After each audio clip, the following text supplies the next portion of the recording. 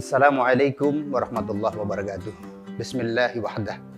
Assalatu wassalamu ala rasulillah Sayyidina wa habibina wa syafi'ina wa qudwatina wa qurrati ayunina wa maulana Muhammadin sallallahu alaihi wasallam nabiyil ummah wa ala alihi wa ashabihi wa mawalah la haula wa la quwata illa billah ma ba'da. Pemirsa PNV Channel yang dimuliakan Allah, alhamdulillah kalau Ramadan dibagi dalam 3 tahapan. Inna fi Ramadan awwaluhu rahmatun wa awsatuhu maghfiratun wa akhiruhu idqun minan nar.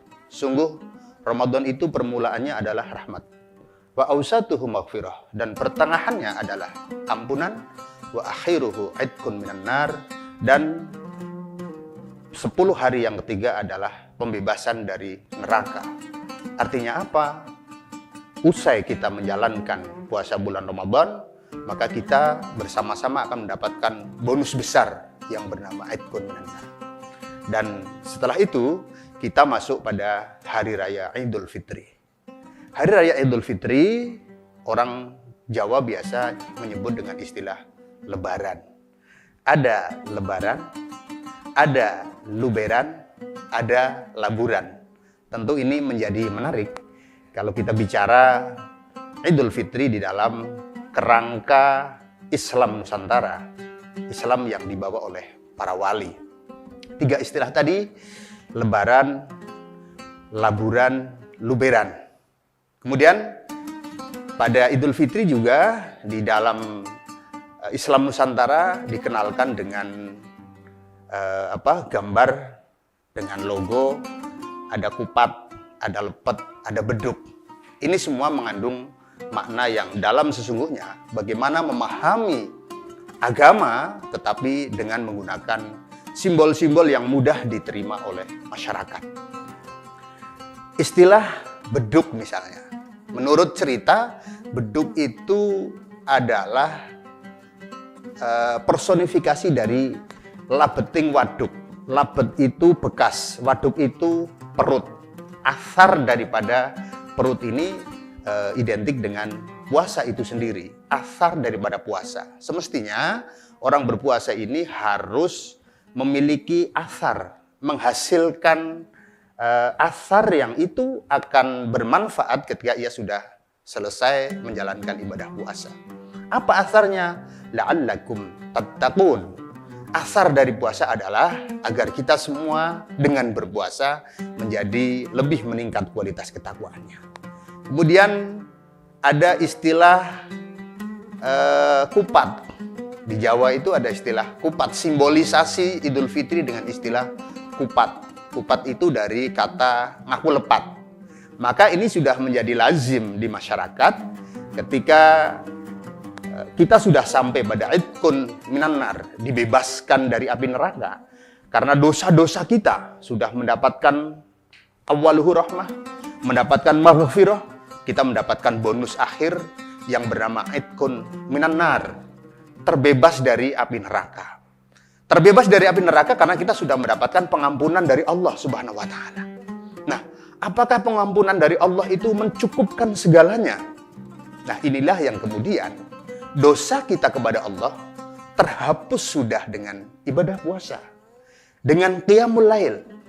Man shoma ramadhana imanan wa ihtisaban ghufira lahu ma taqaddama min dzambi. Siapa saja yang menjalankan puasa bulan Ramadan atas dasar keimanan dan semata-mata mengharapkan ridho Allah, maka akan diampuni dosa-dosa yang telah lalu. Wa man qama ramadhana, dan siapa saja yang mendirikan bulan Ramadan. Qama Ramadan ini untuk mengistilahkan qiyamul lail fi Ramadan, imanan wa ihtisaban, atas dasar keimanan dan keikhlasan semata-mata mengharapkan ridho Allah, ghufira lahu ma taqaddama min dzambi, maka akan diampuni dosa-dosa yang telah lalu. Urusan kita dengan Tuhan sudah dibersihkan dengan menjalankan puasa Ramadan, dengan qiyamul lail Ramadan. Tetapi urusan kita dengan sesama manusia, dengan hak Adam, inilah yang kemudian ada tradisi yang luar biasa, tradisi saling memanfaatkan. Ini tentu berawal dari doa, ja'alanallahu wa iyyakum minal aidina wal faizin kullu amin wa antum bi khair. Ja'alanallah, semoga Allah Subhanahu wa taala menjadikan kita semua dengan puasa kita, dengan qiyamul lail kita, dijadikan apa? Minal aidina wal faizin. Minal aidin, dari golongan orang-orang yang kembali. Aidin ini ada ya'udu, orang yang kembali pada kondisi di mana kama waladathu ummu. Sebagaimana kita dilahirkan oleh ibu kita, kembali hadir bersih tanpa dosa, kembali hadir tanpa celah. Inilah kondisi yang disebut dengan fitrah minal aidin wal faizin, dan karenanya kita termasuk golongan orang-orang yang beruntung. Kalau di Jawa itu ngaturaken sugeng riyadin sedaya lepat nyuwun pangapunten, mengucapkan selamat hari raya Idul Fitri, seluruh kesalahan mohon dimaafkan. Inilah yang dimaksud dengan membersihkan dosa sesama Adam. Karena dosa kita dengan Allah sudah Allah ampuni sepanjang dua hal tadi itu. Imanan wahtisaban. Tinggal kita sesama manusia untuk istighlal. Maka ada istilah halal bihalal. Ini sebenarnya tidak berasal dari kosakata bahasa Arab, tetapi sangat-sangat familiar di negara kita. Halal bihalal, halal dengan halal, bersih dengan bersih, baik dengan baik. Itulah esensi daripada Idul Fitri. Jadi tidak usah diperdebatkan, karena ada yang bermasalahkan. Yang namanya mengucapkan ucapan Idul Fitri itu harus dengan ja'alanallahu wa iyyakum minal aidin wal faizin. Kalau tidak seperti tidak sah, tidak. Intinya prinsipnya kita saling menghalalkan atas sesama, atas segala kesalahan kekurangan yang kita perbuat. Ini yang di dalam dimensi kejawan disebut dengan laburan. Jadi ada lebaran. Lebaran itu batas akhir. Puasa itu kan selama bulan Ramadan, 29 atau 30 hari. Selesai puasa, harus lebaran, harus selesai puasanya. Selesailah. Karena Idul Fitri haram untuk berpuasa. La yasihu as-saum fi khamsata ayyam. Puasa tidak sah pada 5 hari. Salah satunya adalah fi yaumil idain, pada hari 2 Idul Id ini. Sudah lebar. Di samping lebar dalam pengertian kedua adalah lepas. Lepas apa? Dosa kita kepada Allah lepas. Dosa kita kepada sesama, saling memaafkan. Ini esensi daripada lebaran. Idul Fitri ini juga dekat sekali dengan, kalau tadi kita bicara kupat, ngaku lepat, lebar. Selesailah urusan kita. Yang kedua, laburan. Penting sekali, Ramadan ini memberikan asar berupa laburan. Apa? Memberikan efek yang lebih baik lagi, kondisi sebelum dan sesudah puasa. Ada satu gambaran yang dibuat oleh Hujjatul Islam Abi Hamid Muhammad Al-Ghazali tentang puasa ini. Bagaimana contoh puasanya kelompok umum, am, kelompok khusus, khawas, kelompok spesial, swasil khawas. Ini diibaratkan seperti kita berpuasa ini seperti puasanya, apakah puasanya ular atau puasanya ulat. Ular, dia harus melampaui masa berpuasa. Dia makan, kemudian berhenti makan dan bertapa tidak berpuasa. Selesai berpuasa, apakah akan merubah kebiasaan ular? Sebelum berpuasa, ular biasa menjulur-julurkan lidah, kulitnya seperti itu. Ada apa makanan di depannya dimakan. Setelah berpuasa, kulitnya berganti. Labur, berganti kulit yang baru. Tetapi itu tidak menghilangkan tradisi lama yang sudah dilakukan oleh ular. Puasa seolah tidak memberikan asar apa-apa bagi kehidupannya. Tetapi berbeda. Puasa kelas khawasil khawas, kelompok-kelompok istimewa. Atau puasa kelasnya kelompok khawas. Puasa di mana ia melahirkan batinnya, sam'uhu, pendengarannya, penglihatannya, bahkan hatinya dituntun untuk semata-mata mengharapkan ridha Allah. Maka ia berpuasa seperti ulat.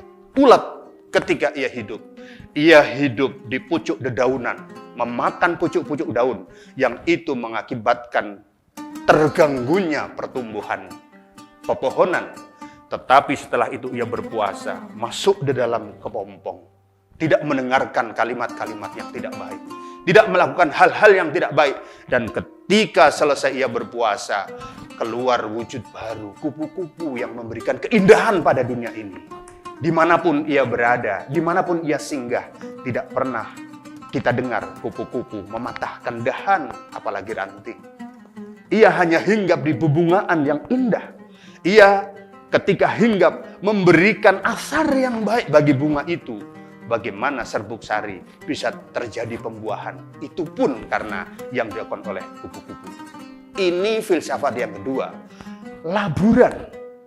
Puasa ini harus menjadikan kita, memberikan asar pada kita berupa asar laburan. Memberikan warna yang baru. Memberikan corak yang baru bagi kehidupannya. Dimanapun, dalam posisi apapun, ia akan memberi manfaat. Memberi rasa damai, memberi rasa bahagia bagi semuanya. Dan esensi filsafat yang ketiga adalah luberan. Orang berpuasa, ia terbiasa untuk hidup dalam keadaan perut lapar, tubuh lemas. Maka setelah ia berpuasa, asar yang paling dapat dirasakan ada luberan tadi. Ia akan menjadi orang yang suka berderma, yang tidak ingin melihat orang lain lapar, tidak ingin melihat orang lain menderita. Maka apa yang ia punya, apa yang ia miliki dipersembahkan untuk sesama. Kelihatannya sederhana, tetapi inilah filsafat Jawa berbicara tentang Idul Fitri. Capaian yang dilakukan oleh setiap orang, setiap hamba, setiap mukmin yang sudah melaksanakan puasa. Kupat ada lepet. Lepet itu disilep sing rapet. Orang berpuasa tidak layak karena apa? Setiap kalimat ada pertanggungjawaban. Setiap perbuatan ada aspek pertanggungjawaban.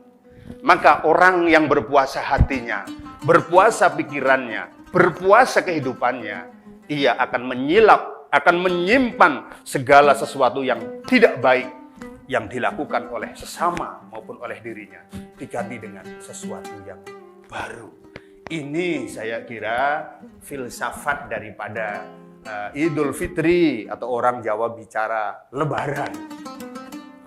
Orang bicara Idul Fitri, berbicara Lebaran. Kita mungkin sering melihat ada simbol kupat, ada simbol lepet, ada simbol beduk, dan simbol-simbol yang lain yang ini digunakan sebagai cara bagi para wali untuk menyampaikan dakwah. Janur itu juga penamaan yang dilakukan dalam kerangka bagaimana memahami ajaran agama dengan mudah. Janur itu ja'a nur, ja'a telah datang. Apa yang datang? An-nur, datang. An-nur, cahaya. Janur ini juga disebut sejatining nur.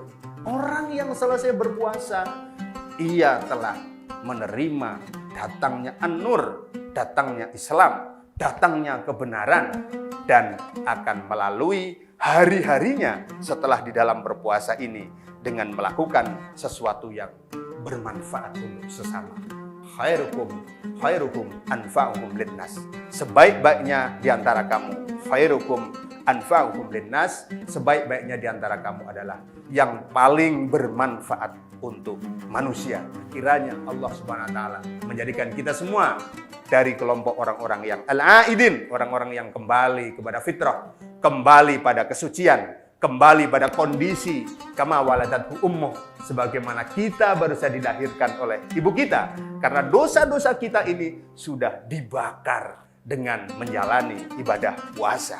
Puasa Ramadan. Ramadan itu dari kata romido, artinya panas yang menyengat, yang itu akan menggugurkan dosa-dosa kita. Puasa kita menjadikan kita terbersih dari dosa-dosa kepada Allah. Qiyamul lail kita menjadikan kita mendapatkan ampunan, maghfirah dari Allah, dan disempurnakan lagi dengan kita saling bersalam-salaman, bersilaturahim, bertemu dengan semua orang yang ada di sekitar kita untuk saling bermaaf-maafan. Ini mungkin masih kondisi COVID-19, di mana pemerintah juga menganjurkan untuk tidak mudik, maka manfaatkanlah media yang ada untuk saling memaafkan dengan media sosial. Maka mudah-mudahan itu akan menyempurnakan ibadah puasa kita.